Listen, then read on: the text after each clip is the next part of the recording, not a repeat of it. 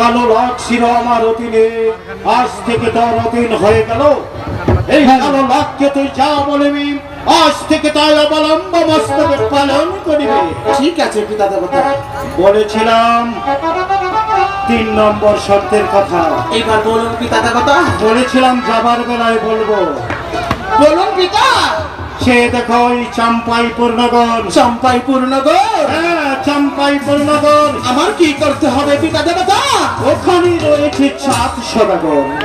7 সদাগর? 7 সদাগর। তুমি যাবে সেই চম্পাইপুর নগর 7 সদাগরের কাছে একটি মাত্র পুষ্পাঞ্জলির জন্য। ওই 7 সদাগর যদি তোমাকে একটি পুষ্পাঞ্জলি দেয়, মনে রাখবে এই পৃথিবীতে যত হিন্দু বৌদ্ধ খ্রিস্টান আছে সবাই তোমাকে দেবী বলে স্বীকার করবে। আর যদি ওই চম্পাইপুর নগরের 7 সদাগর তোমাকে পুষ্প না দেয়, এই পৃথিবীর মানুষ তোমাকে ধিক্কার দিবে। ঠিক আছে পিতা দেবতা, আপনার কথা আমি অক্ষরে অক্ষরে পালন করব। চলে যাচ্ছি 12 বছরের জন্য ভক্ত দিদারে। যাবার বেলায় তোমাকে কি কথা বলবো মা? বলুন পিতা। তোমার পালিত মা তোমার নাম কি রেখেছিল? পিতা বলো। মনসা।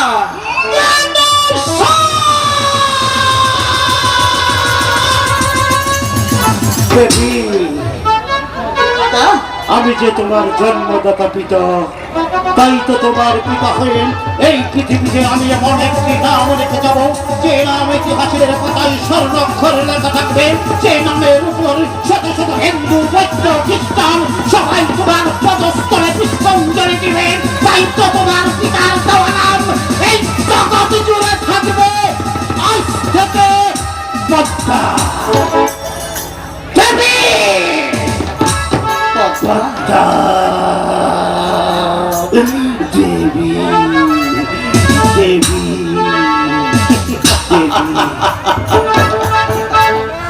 ওরে না,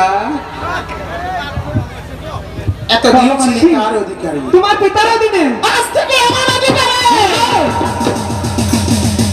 আমি যা বলবো তোর তাহাই করতে হবে এই মুহূর্তে।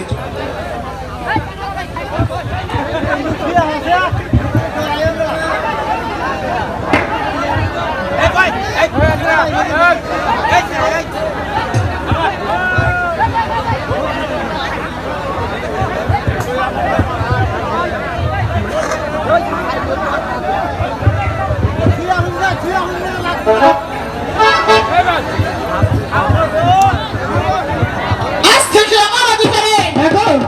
আমি যা বলবো তোর তাহাই করতে হবে। ঠিক আছে। এই মুহূর্তে চলে যা। কোথায়?